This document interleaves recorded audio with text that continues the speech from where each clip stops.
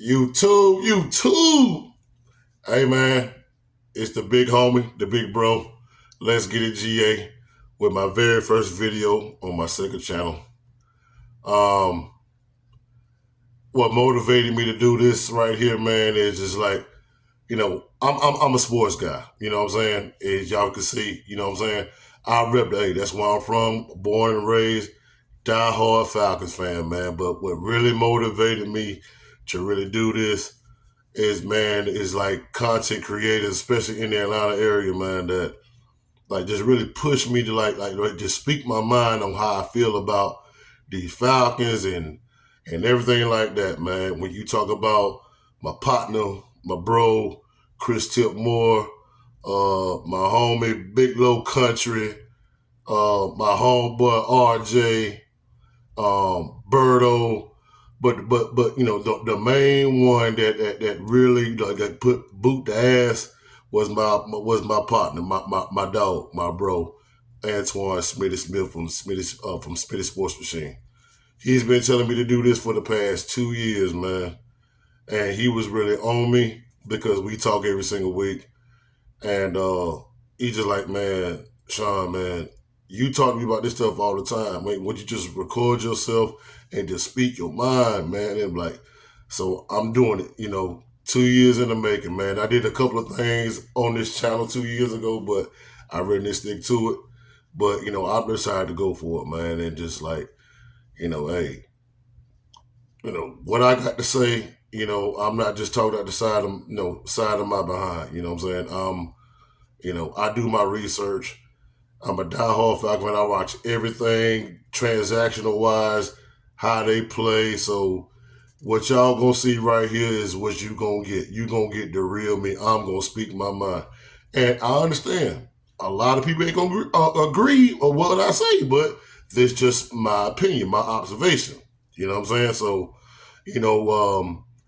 it's gonna be a lot of you guys' first time, tuning into the channel. So y'all could do me a favor, man. Support me. Hit that like button. If you like what you hear, hit that subscribe button. Support your boy.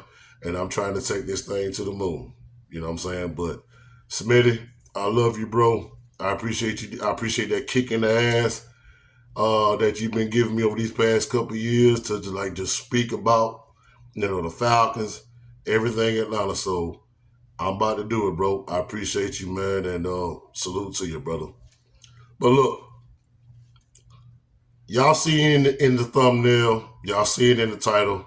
I'm worried, bro. And I'm worried about how Bijan is being utilized and stuff like that. So, but I'm going to tell you why I'm concerned. First off, let me say this. That show, that performance that Bijan put on last night against the Rams, 195 yards rushing, including that 93-yard burner that he took to the house, smoked everybody. That was magical. Bijan is that dude, bro. And I'm here to tell you right now. And I wanted to debate anybody on this. We can have the conversation.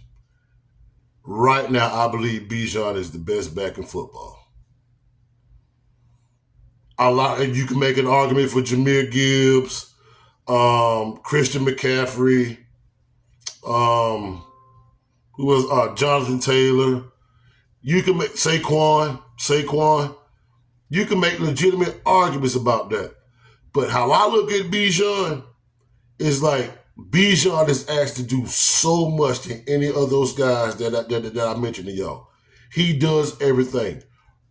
He can run the football. He's like a damn human joystick. The way he can just cut on a dime and make people miss. It's like you watching basketball on an NFL football field. The way that he can make these guys just make them look stupid, leaning one way and Bijan going the other, and then they fuck. Bro, I've never seen nothing like that, bro. The closest thing I can remember seeing something like that is like a Barry Sanders type. You know what I'm saying? And Barry was that dude back in the day. The way that Bijan can not only run the rock in between the tackles, he can also line up and wide out, catch passes, run routes like a receiver. Man, it's just unreal what this cat can do. He's a generational talent. Generational talent. Not taking that away from him. Again, he is the best back in football right now. And anybody that disagree with it, we can have the conversation. I don't duck and dodge no kind of conversation when it comes to football. But this is why I'm concerned. Bijan is relied too heavily for this Falcons offense. And I'm going to tell you why. When I say Bijan is asked to do so much, it takes away for the other weapons that we have on the offense. Drake London, Kyle Pitts. And it really starts with, I'm going to get into Raheem in a minute, but that sorry-ass Zach Robinson. You got all these weapons at your disposal, but you think feeding Bijan, everything is Bijan, but not knowing the way that he's being utilized. And I said this to so many people, but this is just my belief. Bijan is being run into the ground. And the reason why I say that, because he's asked to do not only running the rock at an effective rate, but he's also asked to pass catch in certain packages. Well, I'm like, okay, what are we doing? Why we just, everything is Bijan, screens, swing passes, or whatever. Everything is just Bijan.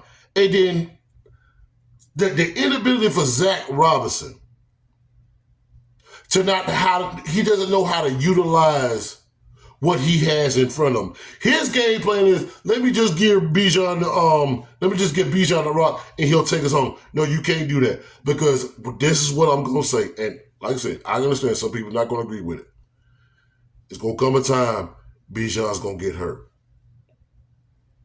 I'm just keeping it 100 with y'all. He's going to get hurt. And the reason why he's going to get hurt, because we don't use nobody else.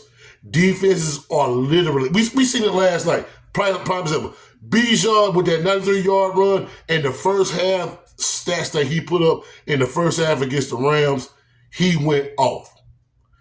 And even when we got up 20, we led 21-0, then we got up 20-3. I was like, I'm not comfortable with this. Because smart defensive coordinators know, when you're so predictable, which we have been all season damn long, but that's another video for another day. But I'm talking about last night.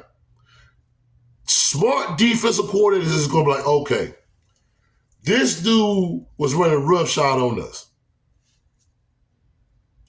Let's change it up. Let's switch it up. Let's make adjustments where we can take it, but where he's not going to beat us this second half. And guess what they did? I'm not saying they stopped Bijan, but the way Bijan was getting off in the first half versus how it was in the second half, it was totally different. It was totally different in the second half. I'm just being real with y'all, man. They stacked the box. They threw everything at Bijan. Now, you thinking as a coach, okay, Kyle Pitts, he's been the hottest tight end for the past 3 or 4 weeks. 3 or 4 weeks. 2 catches in a 60-minute ball game. 2 catches.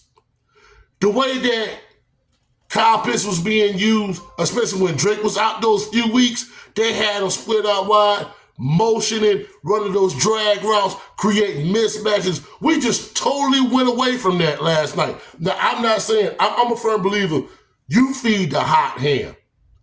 But when the defense is catching on to what you're doing as a coach, bro, you have got to make the adjustment right with them. You see they're keying in on Bijan.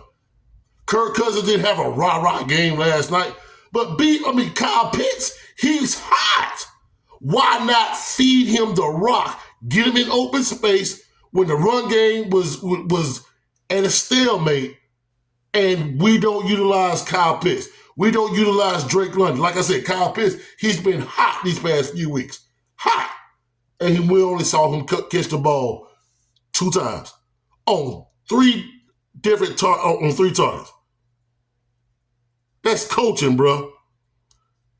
We've been seeing this shit all year loathe of Zach Robinson. He's in over his head. I'm so ready for his ass to get gone, bro. It's like I'm tired of seeing this, bro. Drake London. Granted, he got hurt. He was on the way to another 1,300 yard season before he went down with the knee injury, unfortunately. But he's in the lineup. A 60-minute football game, 1 catch for 4 yards. 1 catch for 4 yards. They put so much on Bijan. They tell Bijan, carry us. And that's the wrong mindset, bro. A competent offensive coordinator is not going to put that stuff on one person, especially a running back. Everybody knows if you play football, coach football, whatever, a shelf life for a running back is 8 years, bro. They take punishment. They take hits. And Bijan has took some licks. It looks like when he takes some hits, he gets up, runs back to the huddle, this, that, other. So he's 23 years old. I got it. He's young. Sooner or later, them hits gonna start to catch up, bro. They are. It's the truth. And I'm not saying you don't game plan to find ways to give Bijan the ball. I'm not saying that, dog. What I am saying is Bijan is accounted for, like you can look it up yourself. He's accounted for over 41% of the offense. That's high. And you got a Kyle Pitts and you got a Drake London that's on the same exact offense. That shit is stupid, bro. Stupid. You literally asking this man each and every week, take us home. What is this game, Bijan? And I'm just so worried it's going to be a game. Bijan either gets hit, he makes a cut, and he's going to suffer a significant injury because the way that he's being utilized right now, he's being ran into the ground. He's being ran into the ground. We got a bruiser back in Tyler Algier. Certain games he's being used, and there's been a lot of games he hasn't. He may get 2 to 3 carries, and you don't see him for the rest of the game because everything revolves around Bijan. And again, I'm not saying Bijan is that dude, bro. He's that dude. But you gotta know how to preserve him. But we got a peon like a Zach Robinson and Raheem Morris.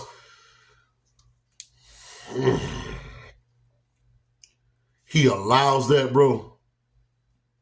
It just makes me sick, bro. It makes me sick. I'm tired of seeing this, and when the season ends, bro, as far as any changes made in the front office, the coaching, I don't think shit gonna change, bro. I think Raheem gonna stay. If Raheem stays, I think Zach Robinson's gonna be there. And the reason why I'm really harping on Zach Robinson, you've been there 2 years. You've had two full off seasons to know your personnel. And after all this time, you still don't know shit about your personnel. Because in your mindset, Bijan is your offense. So the narrative that's being pushed, let's talk about Kyle Pitts. The narrative that's being pushed, oh, he's a bust. Oh, he ain't doing shit this thing, blah, blah, blah, blah, blah. When Bijan come in the building, oh, everybody's forgotten about it. Everybody's forgotten.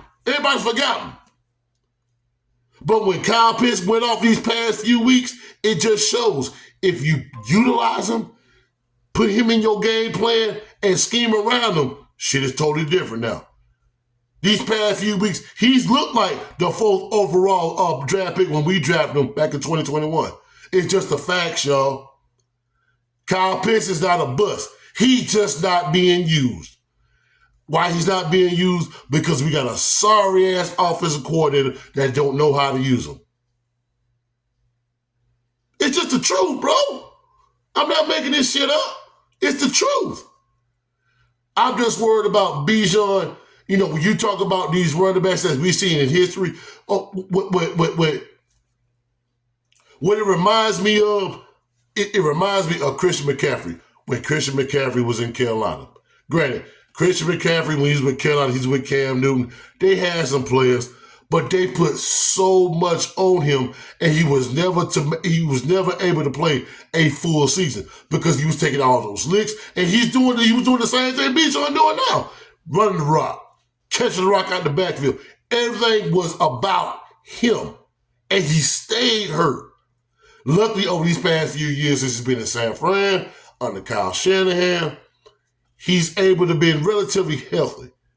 But that's the path that I see Bijan going if things in the coaching staff don't get, if it don't start to change. You got to have we have to have the offensive coordinator that knows how to utilize all his weapons. And in our division, the NFC South, I would debate anybody. Oh, well, sir, Tampa got a better roster than y'all. No, fuck they don't. We just got a coaching staff that's incompetent and don't know how to utilize players and put players in position to be successful. Granted, he hasn't won a championship, but that's why I hold high regard to Kyle Shanahan. Because when Kyle Shanahan was here, we had an all-world receiver in Julio, but he didn't put all the onus on Julio. He had a Taylor Gabriel. He had a Mohamed Sanu. He had a Devontae Freeman. He had a Tevin Coleman. He knew how to use those guys, bro. He knew how to use them. This machine we got here, I'm trying to keep my composure, bro. I'm really trying to keep my composure. I'm so tired of seeing this shit, and the way that Bijan is being used, they're going to run him to the ground, and he's going to get hurt. He's going to get hurt unless things change. You have to utilize Tyler Algier. As generational as Bijan is, you got to use him to keep Bijan fresh. We haven't done that all season long. We've done it in spurts. Onesies and twosies. I'm tired of seeing that shit, bro. That's on you, Raheem. That's on you. You let this shit happen. Every time we win the game, oh, you in the locker room. Hurry, everybody turn up. Everybody turn up. Oh, let me get those game balls. Man, fuck all that. You let go of Ike Hilliard because the receivers wasn't, quote unquote, doing it. They weren't doing the job, quote unquote. But you let Zach Robinson, sorry ass, remain as your offensive coordinator. You see exactly what was going on, and you the head coach. I see what's going on, and I'm just a damn fan. When I've coached football and I played it. Coaching matters, bro. Coaching matters, bro. And the sad part about it is, man, this coaching staff is going to remain intact even after this season is over with. Everybody's still going to be here. And if that's the case, I'm telling y'all right now, ain't shit going to change. It's going to be the same stuff. And I'm going to quote my boy, Smitty. You got to learn how to be uncomfortable. You want things to change, you got to learn how to be uncomfortable. And I think Arthur Blank is comfortable. I think he's comfortable. He's content with it. As long as it's not affecting his bottom line, I think he wants to win genuinely. But I think he's all about, okay, my bottom line is not being compromised. And I think he's cool with that. And we've seen the results of it. 8 straight years of no playoff appearances. Hey, man, this is where we at. I'm just afraid Bijan, man, is going to be on that trajectory if we don't find somebody that knows how to use them and also preserve them as well, if that makes sense. Bro, I'm gonna give y'all me, man. It is what it is. I'm gonna be professional, try to keep it as clean and cut as possible. But man, again, Bijan is a generational talent, bro. He's a generational talent. He's that dude. But the way that the Falcons is utilizing him, especially these last few years, man, you're going to run that youngster into the ground, bro. And in 2 to 3 years, he ain't going to be no good. I'm telling you. Those hits catch up. Those hits catch up. Not only in the running game, but in the pass game too. We had to find an offensive coordinator that knows how to utilize personnel, and we just don't have the shit. I'm not gonna try to be professional about it. No, I'm taking it back. I'm gonna be professional, but I'm gonna be me. So the ones that get offended that I use, explicit language, this is me, man. Anybody that knows me and and talk sports about me, they'll tell you, man, this is how Sean is. This is how he is. I'm gonna give you me, man. Not only I'm gonna talk about the Falcons, I'm gonna talk about the Hawks. I'm gonna talk about them. You know what I'm saying? Look out for future videos on that too. But I'm just talking about what I've seen, how the Falcons are utilizing Bijan, this entire season. Matter of fact, I'm gonna be real with you over the past couple of years. So, hey, things got to change, bro. And I don't think that's gonna change until we get a whole new coaching staff in the building. But I'm just telling you where I'm coming from. I'm just telling you how I feel. I got it off my chest. I've been holding this inside me for God knows how long. So I'm just keeping it 100 with y'all, and hey, things got to change, man. Because Bijan, 3 years from now, he ain't gonna be no good, bro. If you put all this onus and all this, and you try to revolve your offense around a running back, which doesn't have a long shelf life, bro. You got to be able to spread the wealth. You got to. And, until we get a new offense coordinator and a new head coach, man, it's going to be the same movie every single year, bro. I'm just keeping it 100. Just keep it 100. But look, I done enough talking. Let me know down in the comments what y'all think of what I had to say. I interact with everybody, man. If you have a disagreement, let me know too. We can have the conversation or whatever the case may be. You never know. We may go live with it and we'll have an adult conversation. Man to man, man to woman, whatever, man. I'm down to talk I'm down to talk with anybody, especially when it comes to sports.